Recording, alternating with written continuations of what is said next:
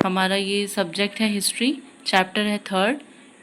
Chapter का नाम है ग्रामीण क्षेत्र पर शासन चलाना, क्लास 8।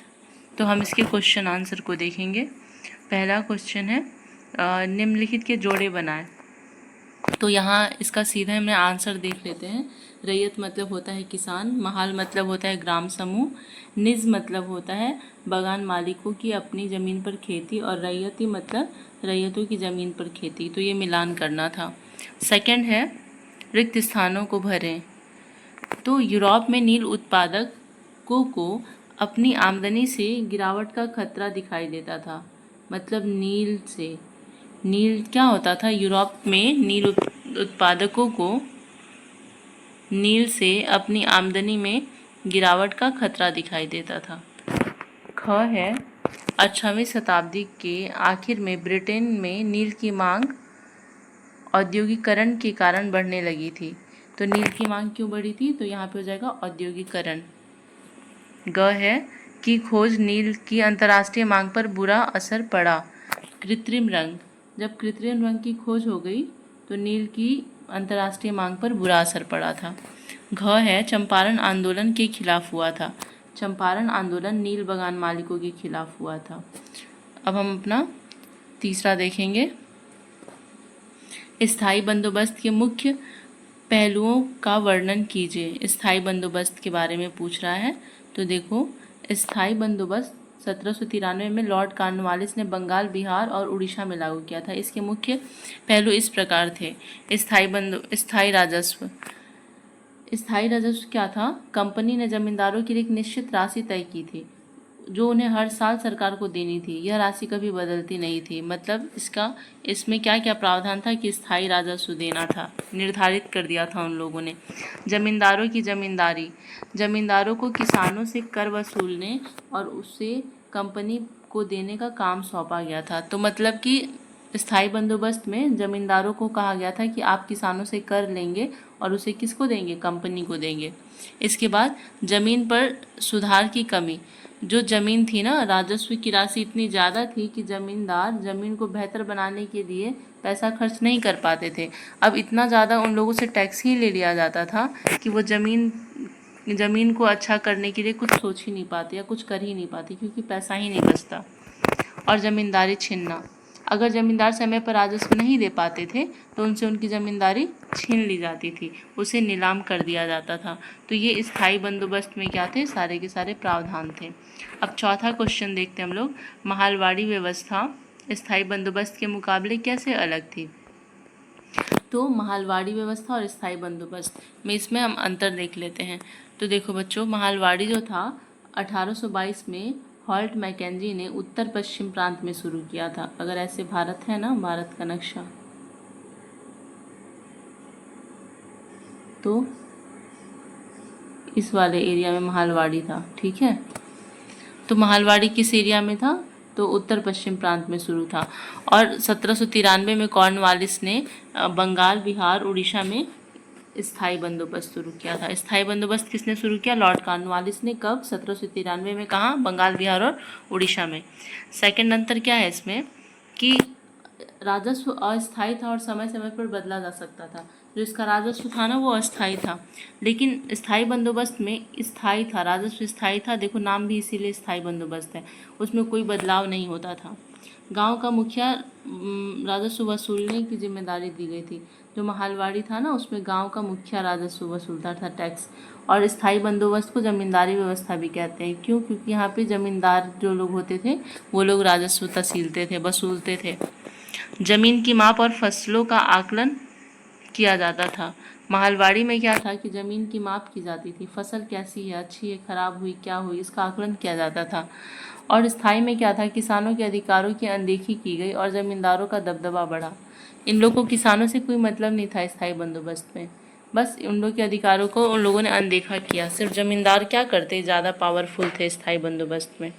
अगला क्वेश्चन देखते हैं हम, 5वां।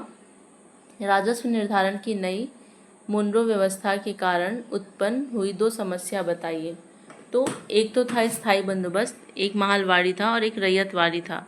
यही क्या कहलाता है? मुनरो व्यवस्था कहलाता है। तो देखो, मुनरो व्यवस्था के कारण दो समस्याएं क्या क्या थी? एक तो था उच्च राजस्व दर, राजस्व की राशि बहुत ज़्यादा थी, वो लोग बहुत ज़्यादा टैक्स लगाया करते थे, किसान इतना अधिक कर दे नहीं पाते थे। ठीक है, इतना टैक्स वो लोग दे नहीं पाते कर, जिससे उनकी आर्थिक स्थिति खराब हो गई। यानी कि मुनरो व्यवस्था से क्या हुआ, उच्च राजस्व दर हुआ। इसकी समस्या दो समस्या में, एक समस्या थी उच्च राजस्व दर और दूसरी थी जमीन की उर्वरता में कमी। नील की खेती से जमीन बंजर हो जाती थी, जिसके कारण दूसरी फसल लगाना मुश्किल हो जाता था। तो ये हो गई दो समस्या।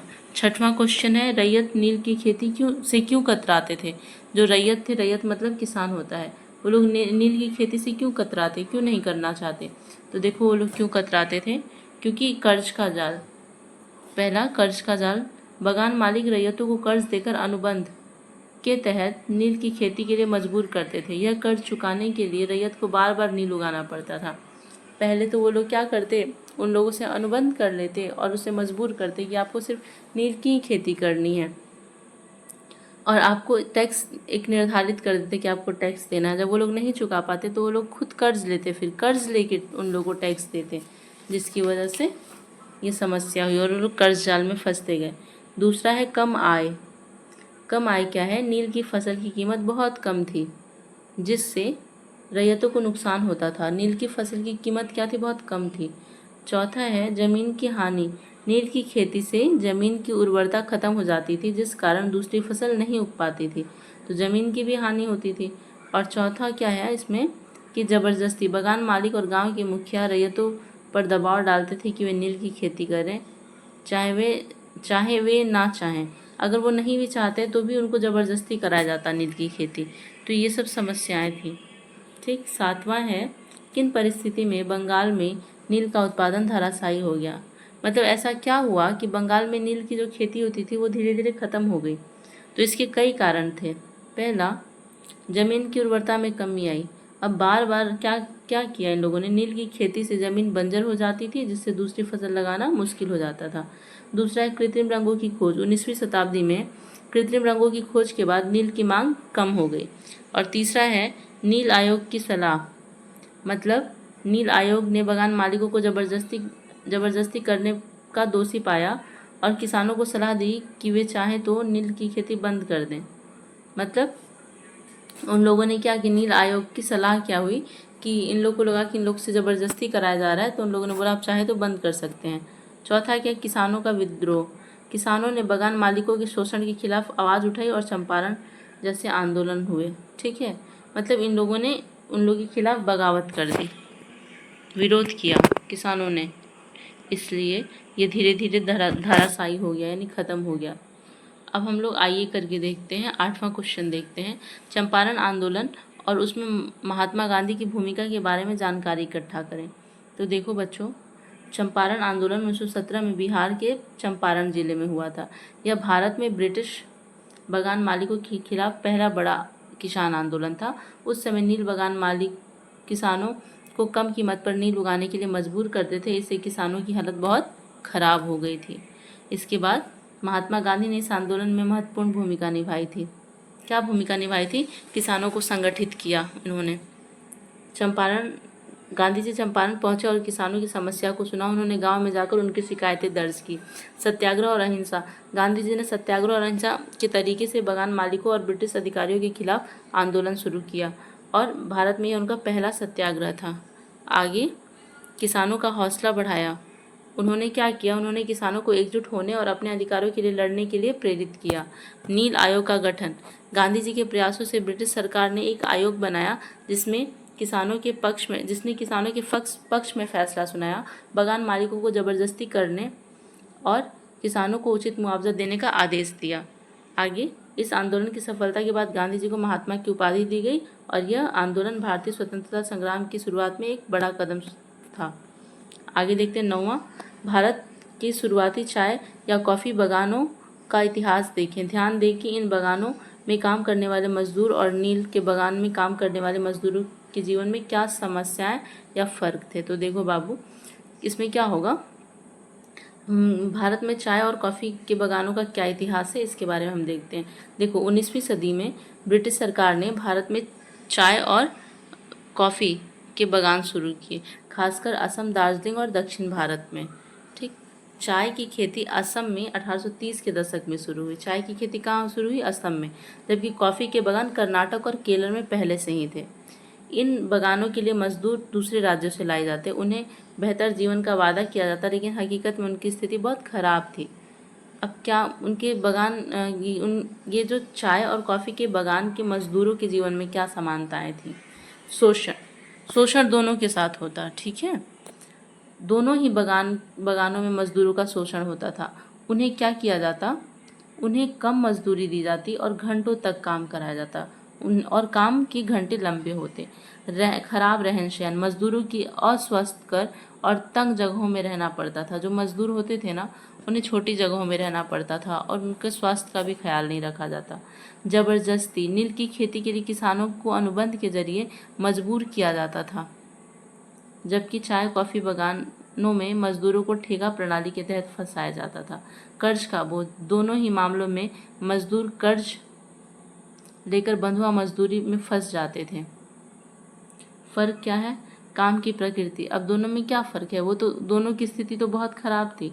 अब इन लोग में क्या था कि नील बागान में किसानों को अपने किराए पर ज़मीन पर खेती करते थे, जबकि चाय बागान के मजदूर बागान मालिकों की ज़मीन पर काम करते थे, ठीक है। नील की खेती में क्या होता? किसान किराए पर ज़मीन लेते थे और तब नील की खेती करते थे। और जो चाय और कॉफ़ी था ना, वो लोग बागान मालिक होते थे, उनके खेतों में वो लोग काम करते थे। और नील की खेती में किसानों को लेना पड़ता। उसके बाद मजदूरों का स्थान। नील बागान में ज़्यादातर स्थानीय किसान काम करते थे, लेकिन चाय और कॉफ़ी के बागानों में मजदूर को बिहार, उड़ीसा और दूर राज्यों से लाया जाता था। मतलब जहाँ पे नील की खेती होती थी, जिससे ज़मीन बंजर हो जाती थी, उसको कौन करता? उसको स्थानीय लोग ही, स्थानीय किसान करते थे, ठीक है। ज़मीन पर प्रभाव। नील की खेती से ज़मीन बंजर हो जाती थी, जबकि चाय और कॉफ़ी की खेती से ज़मीन पर कोई असर नहीं पड़ता था। आंदोलन। नील बागान के खिलाफ नील बागानों के खिलाफ चंपारण जैसे आंदोलन हुए, लेकिन चाय और कॉफ़ी बागानों में मजदूरों के आंदोलन कम देखे गए। तो ये रहा हमारा सेकंड चैप्टर जो हमने कंप्लीट कर लिया। नेक्स्ट हम आगे वीडियो में देखेंगे। तब तक के लिए bye bye and take care.